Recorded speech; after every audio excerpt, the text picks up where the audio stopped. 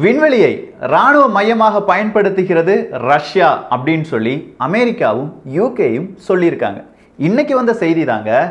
விண்வெளியை ராணுவ மையமாக பயன்படுத்த முடியுமா அப்படிலாம் பேசிட்டு இருந்தா அதெல்லாம் கான்ஸ்பிரசின்னு சொல்லிட்டு இருந்த ஒரு காலம்லாம் முடிஞ்சிருச்சு. இனி விண்வெளி தான் அடுத்த ராணுவ மையமாக இருக்க போகிறது என்பதை EMP weapon, electro magnetic pulse weapon அப்படிங்கிற அந்த சீரீஸில் பார்த்துட்டு வந்துட்டு இருக்கோம். அதில் இரண்டாவது காணொலியை இன்று நாம் பதிவு செய்ய போகிறோம். ஸோ ரஷ்யா உண்மையிலேயே விண்வெளியை ராணுவ மையமாக பயன்படுத்துகிறதா? ரஷ்யாவினுடைய அணு ஆயுத சோதனைகள் எப்படி இருந்தது? அமெரிக்கா அதனுடைய எதிர்வினையாக என்னென்ன விஷயங்களை செய்தார்கள்?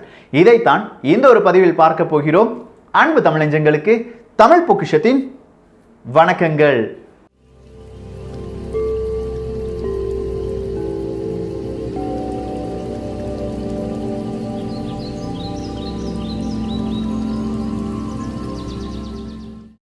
மறதி ஒரு தேசிய வியாதி. நிறைய பேர் மறந்திருப்போம். EIA டிராஃப்ட் 2020 இந்தியாவுக்கு மிகப்பெரிய சிக்கல்களை கொண்டு வரும். அதை எதிர்த்து நாம் இமெயில் அனுப்பணும். அதற்கான கடைசி தேதி ஆகஸ்ட் 11ஆம் தேதி தான். யாரும் மறந்து விடாதீர்கள். எந்த மாதிரியான இமெயில் அனுப்பணும் அப்படிங்கிறதுக்கு ஒரு சாம்பிள்லாம் கீழே இருக்கிற அந்த லிங்க்ல இருக்கு. ஸோ தயவு செஞ்சு நீங்களும் இமெயில் அனுப்புங்க. EIA டிராஃப்ட்னா என்ன, அது எந்த மாதிரியான பாதிப்புகளை ஏற்படுத்தும், இந்த ஒரு காணொளி தமிழ் பொக்கிஷம் சார்பாக பதிவு செய்யப்பட்டிருக்கிறது. அதனுடைய லிங்க்கும் கீழே டிஸ்கிரிப்ஷனில் கொடுத்துருக்கேன். பார்க்காத நபர்கள் இருந்தால் பார்த்து விடுங்கள்.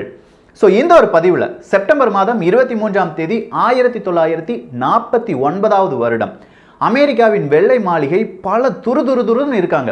எல்லாருமே ஏதோ ஒரு பிரச்சனையை பேச போறார் அதிபர் அப்படின்னு சொல்லி எதிர்பார்த்துட்டு இருக்காங்க. அந்த நேரத்தில் அங்கிருந்து வாரார் ஹாரி ட்ரூமன் அப்படிங்கிறவர், அமெரிக்காவினுடைய அதிபர்.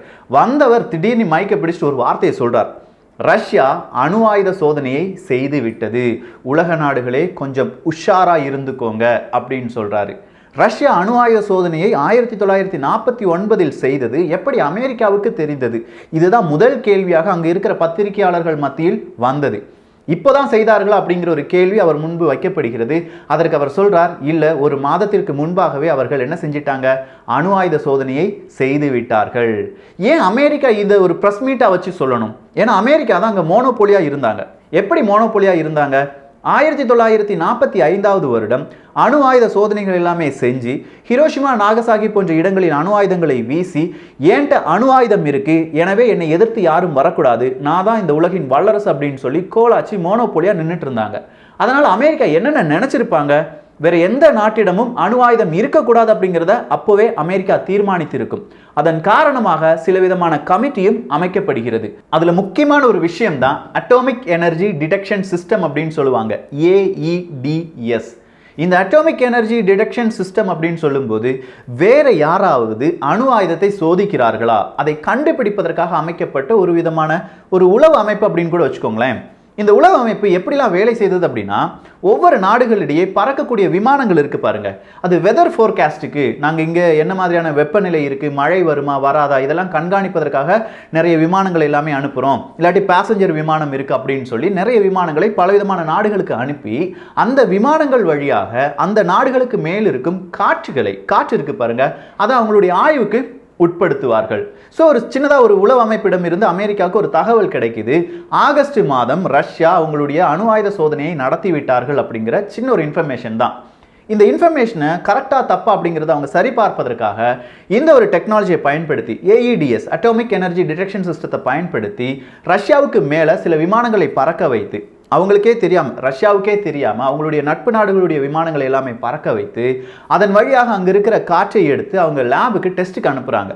அந்த காற்றில் பலவிதமான கதிர்வீச்சு தன்மை என்பது கூடுதலாக இருப்பதை அமெரிக்கர்கள் கண்டுபிடிக்கிறார்கள். இதற்காக அவங்க பயன்படுத்திய கோட் வேர்டு என்ன அப்படின்னு கேட்டீங்கன்னா WB29 அப்படின்னு சொல்லுவாங்க. அதுல W என்பது இந்த வெதர் ஃபோர்காஸ்ட் தான் குறிக்கிறது. சோ இப்படி இந்த காற்று வழியாக ரஷ்யா அணு ஆயுத சோதனையை செய்து விட்டார்கள் என்பதை கண்டுபிடித்த அமெரிக்கா செப்டம்பர் மாதம் பெரிய அளவில் பிரஸ் மீட்டை போட்டு சொல்லிட்டாங்க, ரஷ்யா அணு ஆயுதத்தை கண்டுபிடித்து விட்டது. ஆனா ரஷ்யா அதை கொஞ்ச நாளைக்கு ஆதரிக்கவும் இல்லை, எதிர்க்கவும் இல்லை, ரொம்ப சைலண்டாலாம் இருந்தாங்க. ஆனா 1949 இருந்து அவங்க அணு ஆயுத சோதனை என்பது செய்யப்பட்டு கொண்டே இருந்தது. ஒரு கட்டத்தில் அமெரிக்கா பலவிதமான அணு ஆயுத சோதனை எல்லாமே 1959, 60, 61 இந்த ஒரு காலகட்டத்தில் செய்து வருகிறார்கள். ஸோ ரஷ்யாவுக்கு ரொம்ப பெரிய ப்ரெஷர். ஏன்னா பனிப்போர் ஸ்டார்ட் ஆயிருச்சு. இவன்ட்ட மட்டும்தான், அமெரிக்காட்ட மட்டும்தான் அணு ஆயுதம் என்பது இருக்கிறது. இந்த ஒரு தருணத்தில் சோவியத் யூனியன் ரஷ்யாவை எப்ப வேணாலும் அமெரிக்கா தாக்கக்கூடிய ஒரு பிரச்சனை இருந்து வருகிறது அப்படின்னு தெரிஞ்ச சோவியத் யூனியன் ரஷ்யா அவங்களுடைய அணு ஆயுதத்தை மிகப்பெரிய அளவில் உலகத்திற்கு காண்பிக்க வேண்டும் அப்படிங்கிற ஒரு உத்தரவை பல விஞ்ஞானிகளுக்கு பிறப்பிக்கிறது. ஸோ அந்த விஞ்ஞானிகள் எல்லாம் சேர்ந்து என்ன செஞ்சாங்க? ஹிரோஷிமா நாகசாகில போடப்பட்ட அணுகுண்டுகளை விட கிட்டத்தட்ட 3800 முறை அதிக பவர் கொண்ட ஒரு அணு ஆயுதத்தை சோதித்து பார்க்க வேண்டும் அப்படின்னு சொல்ற ஒரு முடிவுக்கு வராங்க. 3800 மடங்கு அப்படின்னு சொல்றதை விட கிட்டத்தட்ட 7300 மடங்குன்னு சொல்லலாம். ஏன்னா அவங்களுடைய அணு ஆயுதம் 7300 மடங்கு மிகப்பெரிய கொடூரமானதாக இருந்தது. ஆனா ரஷ்யாவினுடைய விஞ்ஞானிகளுக்கு ஒரு விதமான பயம். எப்படி இந்த 7300 மடங்கு பெரிய ஒரு அணு ஆயுதம் இந்த பூமியில் வெடித்து சிதறும் போது ரஷ்யால பலவிதமான மாற்றங்கள் வருவதற்கான வாய்ப்பு இருக்கு. எனவே அதனுடைய ஈல்ட பாதியா குறைச்சிருங்க அப்படின்னு சொல்லி 100 மெகாடன் இருந்த அணு ஆயுதத்தை ஈல்டு 100 மெகாடன் ஈல்டாக இருந்த அணு ஆயுதத்தை 50 மெகாடன் ஈல்டாக மாற்றுகிறார்கள். அந்த ஒரு அணு ஆயுத குண்டை தான் இப்போதும் என்ன சொல்லுவாங்க அப்படின்னா குண்டுகளின் அரசன், அணு ஆயுதத்தின் அரசன் அப்படின்னு சொல்லுவாங்க. இந்த அணு ஆயுதத்தின் அரசன் அப்படின்னு சொல்றோம் பாருங்க, இதுக்கு பலவிதமான பெயர்கள் இருக்கு. குறிப்பா சொல்ல போனா பிக் ஐவன் அப்படின்னு சொல்லுவாங்க, ப்ராஜெக்ட் 7000 அப்படின்னு சொல்லுவாங்க. CIA பொறுத்த வரைக்கும், அமெரிக்காவினுடைய CIA பொறுத்த வரைக்கும் அது ஜோ 111 அப்படின்னு சொல்லி அழைப்பார்கள். இப்படி பல பெயர்களில் இந்த அணு ஆயுதம் என்பது அழைக்கப்பட்டது. ஸோ பெரிய ஒரு அணு ஆயுதத்தை தயாரிக்க வேண்டும், அது எல்லா எதிரிகளுக்குமே ஒரு சிம்ம சொப்பனமாக இருக்க வேண்டும். இது மட்டும்தான் ரஷ்யர்களுடைய கனவு. இதற்காக அமைக்கப்பட்ட அணு ஆயுதம் எவ்வளவு எடை கொண்ட அணு ஆயுதமாக இருந்தது அப்படின்னு கேட்டீங்கன்னா 27 டன் எடை கொண்டதாக இருந்தது. ஸோ இந்த 27 டன் அணு ஆயுதத்தை சுமந்து செல்வதற்காக அவங்க கிட்ட இருந்த பாம்பர் விமானம் இருக்கு பாருங்க, குண்டுகளை வீசக்கூடிய விமானத்தில் பலவிதமான மோடிஃபிகேஷனை செய்கிறாங்க. அது எந்த விமானம் அப்படின்னு கேட்டிங்கன்னா Tu-16 பேட்ஜர் அப்படின்னு சொல்லலாம்.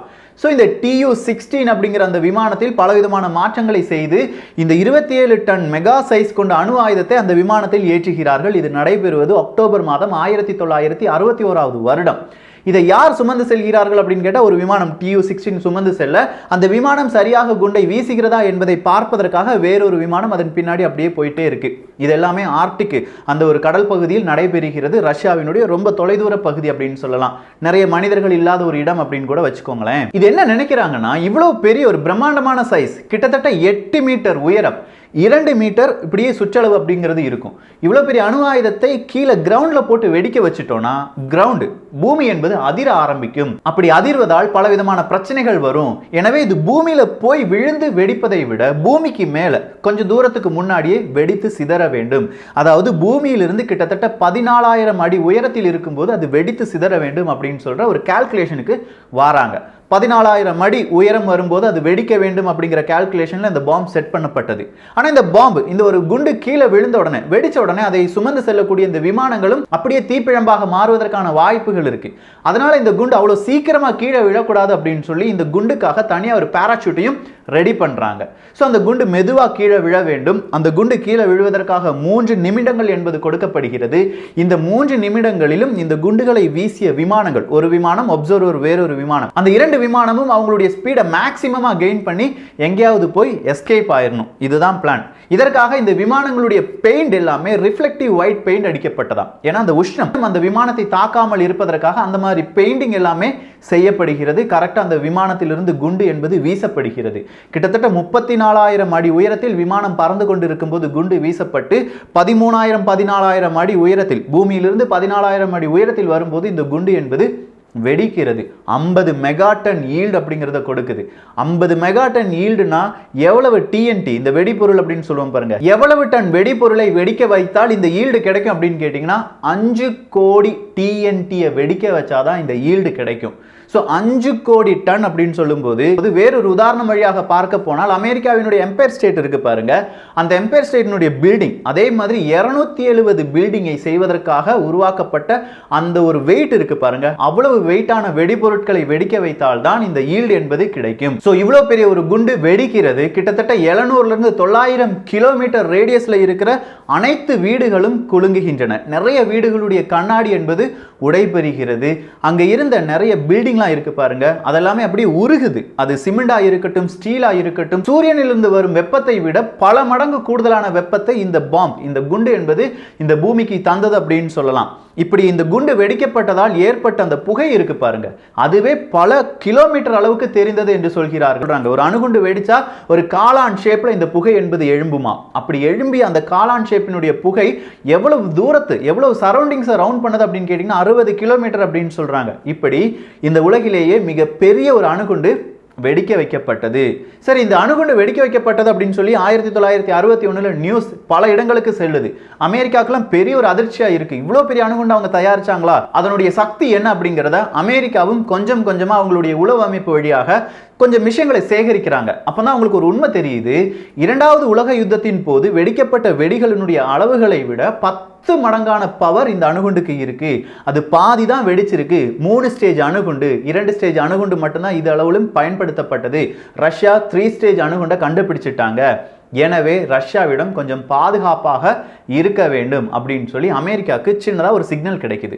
இதன் காரணமாகத்தான் 1961 தான் இந்த உலகத்திலேயே அதிக அளவு அணு ஆயுதங்கள் சோதிக்கப்பட்ட வருடம் அப்படிங்கிற வருடத்தை எட்டி இருந்தது. கண்டினியூஸா இவங்க அணு ஆயுதத்தை சோதித்து பார்த்து கொண்டே இருக்கிறார்கள். 160 முறை 170 முறை அப்படிங்கிற அளவில் அணு ஆயுதத்தை சோதித்து பார்க்கிறார்கள். இப்படி அமெரிக்காவும் ரஷ்யாவும் கூடுதலான அணு ஆயுதங்களை சோதிக்க நம்முடைய வான்வெளியில் என்ன நடைபெறுகிறது, கதிர்வீச்சு தன்மை என்பது அதிகரிக்கிறது. இப்படி ஒரு கட்டத்துக்கு மேல கதிர்வீச்சு தன்மை அதிகரித்த காரணத்தினால்தான் வேற எந்த நாடுகளும் அணு ஆயுதத்தை சோதித்து பார்க்க கூடாது, அதற்கான நிறைய விதமான சட்டங்களை நாங்கள் கொண்டு வருகிறோம் அப்படின்னு சொல்லி அமெரிக்காலாம் பலவிதமான சட்டங்களை கொண்டு வந்தார்கள். அது பலவிதமான ஒரு சூழ்ச்சி நிறைந்த சட்டங்களாக பார்க்கப்படுகிறது. ஏன்னா இந்தியாவில் அந்த சட்டத்துக்கு எதிராக பல விஷயங்களை செய்தார்கள். அதன் காரணமாகத்தான் இந்தியாவிலும் இப்போது அணு ஆயுதம் என்பது இருக்கிறது. இவ்வளோ பெரிய பிரச்சனைகள் எல்லாம் எதற்காக நடைபெறுகிறது அப்படின்னு கேட்டிங்கன்னா, இந்த உலகத்தை கட்டுப்படுத்துவதற்கான ஆயுதம் ஒருவனிடம் மட்டும் இருக்கக்கூடாது. அது பலரும் கண்டுபிடித்து விட்டால் அவனை இவன் கட்டுப்படுத்துவான், இவனை வேறொரு நபர் கட்டுப்படுத்துவார்கள். இந்த ஒரு செயின் அப்படியே போயிட்டு இருக்கும். அதனால ரஷ்யா கண்டுபிடிச்சாங்க. ரஷ்யா கண்டுபிடிச்சோடனே அந்த டெக்னாலஜியுடைய கொஞ்சம் எச்சத்தை சீனாவுக்கு கொடுக்குறாங்க. அமெரிக்கா வேறு பல நாடுகளுக்கு கொடுக்குது. சயின்டிஸ்ட் வெவ்வேறு நாடுகளுக்கு செல்கிறார்கள். அவங்க இந்த டெக்னாலஜியை பலருக்கும் சொல்லிக் கொடுக்கிறார்கள். எல்லாருக்குமே யுரேனியம், தோரியம் இதெல்லாம் தேவைப்படுகிறது. இப்படி அணு ஆயுதம் இவ்வளவு நாள் இந்த ஒரு டே வர அணு ஆயுதம் தான் இந்த உலகை சமநிலையில் வைத்திருக்கிறது. இதை விட பெரிய வெப்பன் தான் இந்த எலக்ட்ரோ மேக்னெட்டிக் பல்ஸ் அப்படிங்கறத நம்ம பார்த்தோம். ஏன் அதை பார்த்தோம் அப்படின்னு சொல்றதுக்கு மிக முக்கியமான ஒரு காரணத்தை நம்ம பார்த்துடலாம். இன்னைக்கு கம்ப்யூட்டர், மின்சாரம், இணையதளம் இது இல்லை என்றால் பலருடைய வேலை நடக்கவே நடக்காது. இந்தியாவிலேயே இந்த ஒரு நிலைமை என்றால் அமெரிக்கா, ரஷ்யா போன்ற நாடுகளை கொஞ்சம் எடுத்து பாருங்க. அமெரிக்காலாம் பியூர் அண்ட் பியூர் எல்லாமே எலக்ட்ரானிக் இல்லாட்டி கம்ப்யூட்டர் ஓரியன்ட் சிஸ்டமாக மாறிடுச்சு. ஸோ ஒரு நேரம் அங்கே கம்ப்யூட்டர் வேலை பண்ணலை அப்படின்னா அவங்களுடைய எல்லா வேலைகளையுமே அப்படியே நின்று விடும். இந்த ஒரு தருணத்தை மையப்படுத்தி தான் எலக்ட்ரோ மேக்னெட்டிக் பல்ஸ் வெப்பன்ஸை யார் கண்டுபிடிக்கிறார்களோ அவர்கள் இந்த உலகை ஆழ்வார்கள் என்று பல வல்லுநர்களும் அவர்களுடைய கருத்துக்களை தெரிவிக்கிறார்கள்.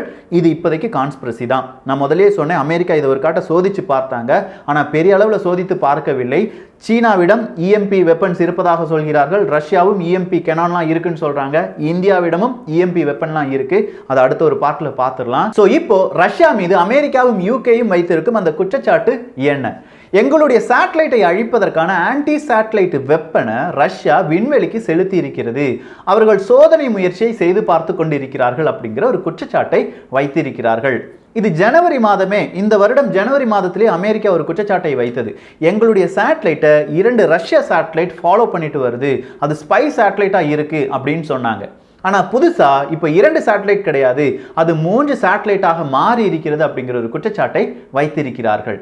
ஒரு சேட்டலைட்டை ரஷ்யா விண்ணில் செலுத்தி அந்த ஒரு சேட்டலைட்டை 2ஆக பிரித்து 2 சேட்டலைட் இப்போது 3ஆக வந்திருப்பதாக சொல்கிறார்கள். இது எப்படி சாத்தியம் அப்படின்னு கேட்டீங்கன்னா, ஒரு பெரிய பாத்திரம், அந்த பெரிய பாத்திரத்துக்குள்ள ஒரு குட்டி பாத்திரம், அதனுடைய சின்ன அளவு சைஸ் பாத்திரத்தை வைக்கலாம், அதுக்குள்ள இன்னொரு குட்டி பாத்திரத்தை வைக்கலாம். இதே மாதிரி ஒரு பெரிய சேட்டலைட்டை விண்ணில் செலுத்துகிறது ரஷ்யா.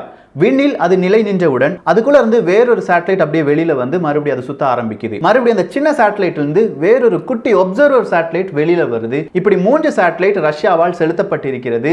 இது எல்லாமே ஆன்டி சேட்டலைட் வகையை சேர்ந்தது அப்படின்னு சொல்றாங்க. இதற்கு பேரும் அவங்க கொடுத்திருக்காங்க, காஸ்மோஸ் 2542, காஸ்மோஸ் 2543. இந்த 2 சேட்டலைட்டை பத்தி தான் அமெரிக்கா ஜனவரி மாதம் சொன்னது. இப்போ புதுசா ஒப்சர்வர் 45915 அப்படிங்கிற வேறொரு குட்டி சேட்டலைட்டையும் இதனுடன் சேர்த்து இந்த 2 நாடுகள். சோ ஆன்டி சேட்டலைட்டை இப்படியும் விண்ணில் செலுத்த முடியுமா? இப்படி விண்ணில் செலுத்தியவுடன் இந்த ஆன்டி சேட்டலைட் என்னென்ன விஷயங்களை செய்தது? ரஷ்யா எல்லா சேட்டலைட்டையும் வேவு பார்க்கிறார்களா, இல்ல அனைத்து சேட்டலைட்டையும் அழிப்பதற்கான ஒரு முயற்சியில் ரஷ்யா ஈடுபட்டு கொண்டிருக்கிறதா? சப்போஸ் அனைத்து சேட்டலைட்டையும் ரஷ்யா அழித்து விட்டது என்றால் என்ன நடக்கும்? அடுத்த ஒரு பதிவில் பார்த்து விடலாம். இந்த ஒரு காணொளி பற்றிய உங்களுடைய கருத்துக்கள் இங்கே வரவேற்கப்படுகின்றன. எல்லோரும் தமிழ் பொக்கிஷத்தில் இணைந்திருங்கள். தமிழ் பொக்கிஷம் சேனலை சப்ஸ்கிரைப் செய்யாத தோழர்கள் தோழிகள் தயவுசெய்து சப்ஸ்கிரைப் பண்ணிக்கோங்க. நல்லதை பகிர்ந்து நல்ல சமுதாயத்தை உருவாக்குவோம். நன்றி, வணக்கம்.